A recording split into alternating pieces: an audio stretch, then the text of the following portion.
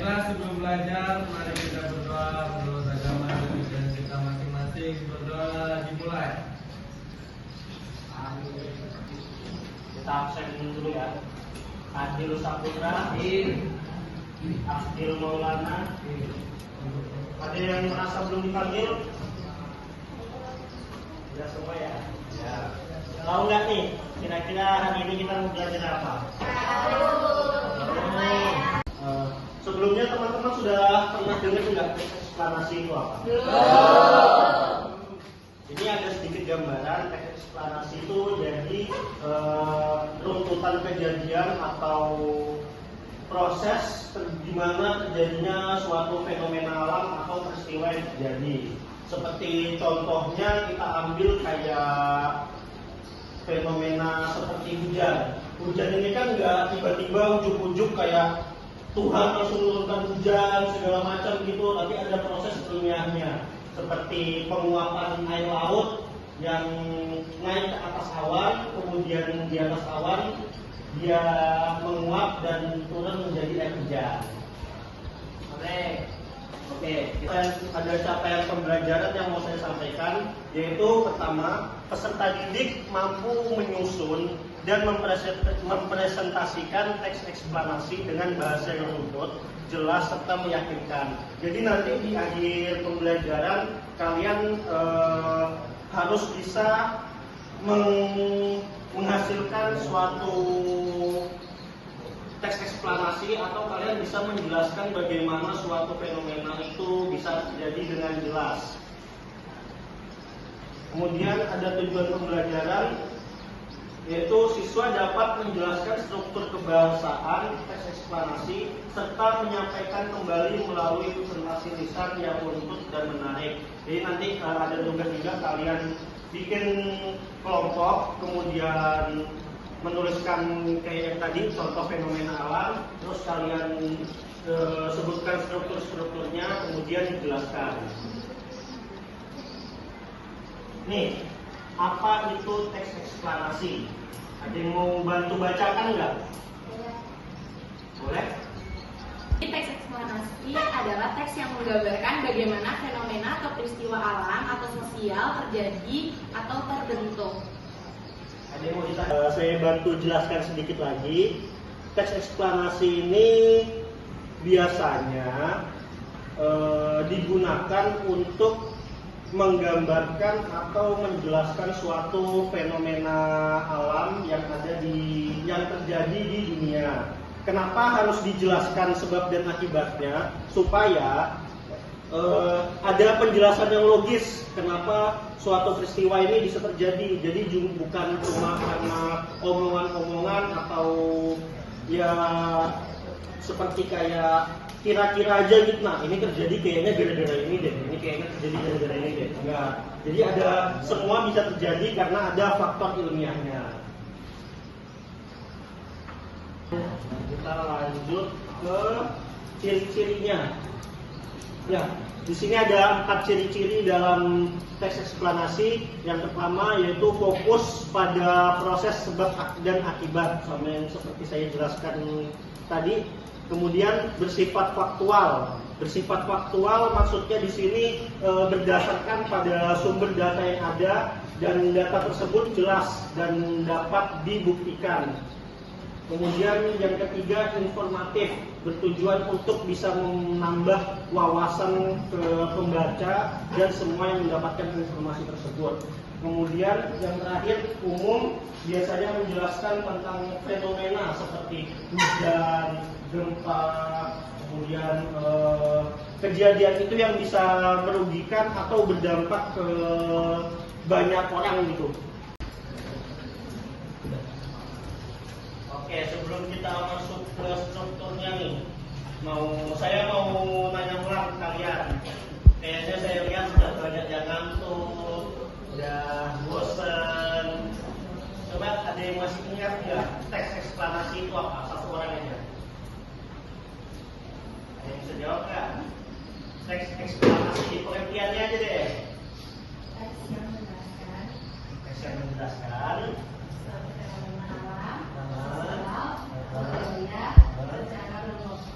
Secara umum. menjelaskan atau mengetahui sebab akibat bagaimana fenomena itu terjadi. Oke, terima kasih Dayan. Karena sudah menjawab, ini dapat hadiah.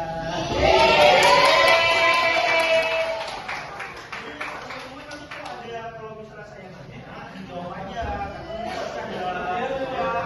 Kemudian selanjutnya kita masuk ke struktur teks eksplanasi. Jadi ciri-ciri dan struktur teks eksplanasi ini bagian-bagian yang memang harus ada ya di dalam teks tersebut. Karena kalau satu aja kurang, teks tersebut jadi kurang meyakinkan atau nggak pantas lah disebut menjadi teks eksplanasi yang baik. Di struktur teks eksplanasi ini yang pertama ada pernyataan umum atau bagian pembuka, biasanya berisi pengenalan atau gambaran awal tentang fenomena yang akan dijelaskan. Kemudian identifikasi apa yang akan dibahas. Jadi misal kalau misalnya kalian mau menentukan fenomenanya seperti hujan, jadi kalian di sini menjelaskan dulu nih pengertian hujan itu seperti apa, terus itu gambarannya gimana, biasanya terjadi saat kapan. Kemudian yang kedua ada deretan penjelas atau isi. Biasanya di sini sudah menjelaskan bagaimana fenomena. Kita ambil contoh hujan lagi ya. Sudah menjelaskan bagaimana hujan ini bisa terjadi, isi-isinya, yaitu isi bagian inti yang menjelaskan proses terjadinya fenomena atau urutan langkah-langkah atau sebab dan akibat penyebab fenomena itu terjadi. Kemudian dampaknya juga biasanya terdiri bisa lebih dari satu paragraf. Yang terakhir ada penutup opsional. Jadi nggak harus ada bagian penutup ini karena opsional, tapi lebih baik dan lebih bagus kalau penutup itu kalian masukkan karena bisa masuk ke bagian kesimpulan. Yang pertama itu berisi kesimpulan, ringkasan atau komentar penulis tentang fenomena yang sudah dijelaskan. Nah, bagian ini tidak selalu ada, tetapi lebih baik jika dimasukkan ke dalam teks tersebut. Ada yang mau ditanyakan nggak? Saya. Ya, boleh. Apa resiko yang muncul jika struktur teks eksplanasi tidak disusun dengan kaidah pengetahuan umum, dasarnya jelas dan terukur? Wah, bagus ya pertanyaannya. Yang namanya Aura.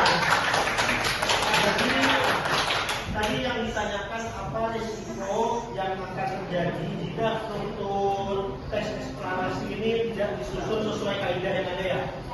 Nah, pastinya yang pertama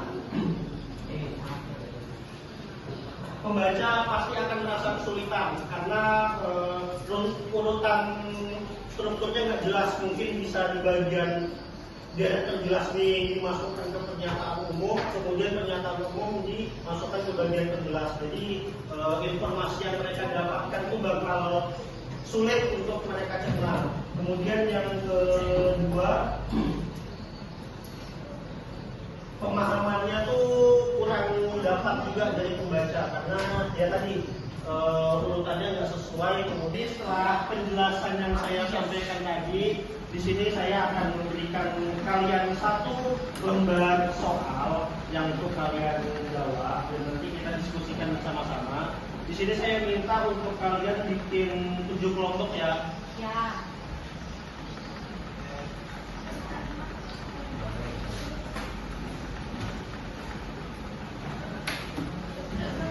Ya, udah menerima semua soalnya?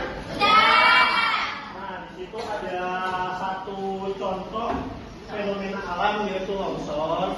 Nanti saya minta kalian tentukan bagian-bagian strukturnya, kemudian kalian jawab beberapa pertanyaan yang sudah saya siapkan. Ada yang mau ditanyakan nggak? Bagian strukturnya kita tulis di samping saja. Langsung di dalam cerita tersebut. Sudah jelas? Ya, jelas. Ada. Nah, jadi di sini dari kelompok berapa? Kelompok 1 ingin mempresentasikan hasil jawaban KPJ yang sudah saya berikan. Jadi teman-teman dimohon untuk menyimak sama-sama dan jika ada nanti jawaban yang berbeda atau ada hal yang ingin ditanyakan, silahkan ditanyakan. Oke, boleh dilanjutkan. Assalamualaikum warahmatullahi wabarakatuh. Waalaikumsalam warahmatullahi wabarakatuh. Saya Aura Putri Maharani. Saya Maya. Saya Daya. Berdirinya kami di sini ingin mempresentasikan hasil tugas LKPD yang Kak Ali berikan. Ya. Apa yang dimaksud? Pertanyaan pertama, Apa yang dimaksud dengan longsor? Longsor atau tanah longsor adalah peristiwa perpindahan massa tanah, batuan, dan material lainnya dari tempat tinggi ke rendah karena daya gravitasi. Pertanyaan kedua, tunjukkan tulis bagian sininya. Pertama, pernyataan umum. Longsor atau tanah longsor adalah peristiwa perpindahan massa tanah, batuan, dan material lainnya dari tempat tinggi ke tempat rendah karena gravitasi.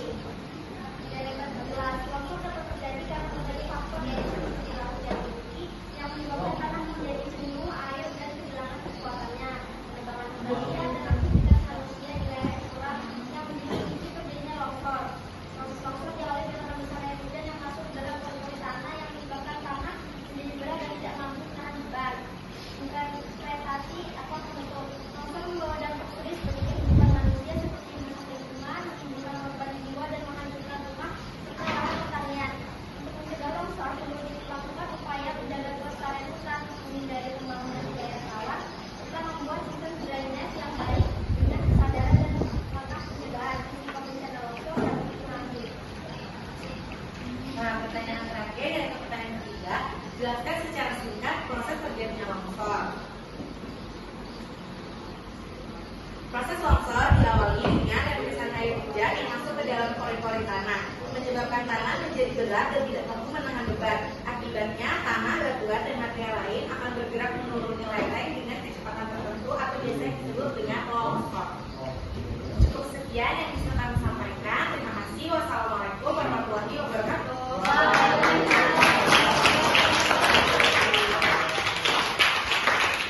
Nah, dari apa yang sudah disampaikan oleh teman-teman kalian, kira-kira informasi apa nih yang bisa kalian dapat dari bencana longsor ini? Apa kira-kira informasi penting yang bisa kalian dapatkan dari presentasi ini? Kita harus menjaga alam kita agar tidak semakin banyak bencana alam seperti longsor. Oke. Terima kasih Bu. Jadi kesimpulan yang bisa kita ambil dari pelajaran atau materi teks eksplanasi yang sudah kita pelajari sama-sama hari ini, yaitu teks ini adalah jenis tulisan yang bertujuan untuk meningkatkan pemahaman pembaca dengan cara menguraikan teks tersebut secara faktual dan logis, hubungan sebab akibat, mengapa atau proses terjadinya suatu fenomena alam tersebut. Kira-kira ngebosenin nggak pelajaran hari ini? So, coba bisa dipegang teman baru, teman sebakunya masing-masing. Oke, kalau sudah di hitungan ketiga kalian pijat ya, jadi biar terasa tenang. 1, 2, 3.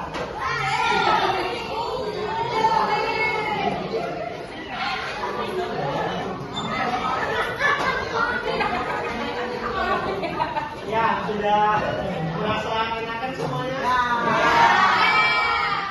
Mungkin cukup sampai di sini pertemuan atau materi yang bisa saya berikan. Di materi selanjutnya kita akan belajar mengenai teks berita. Mungkin kurang lebihnya mohon maaf, saya akhiri. Assalamualaikum warahmatullahi wabarakatuh.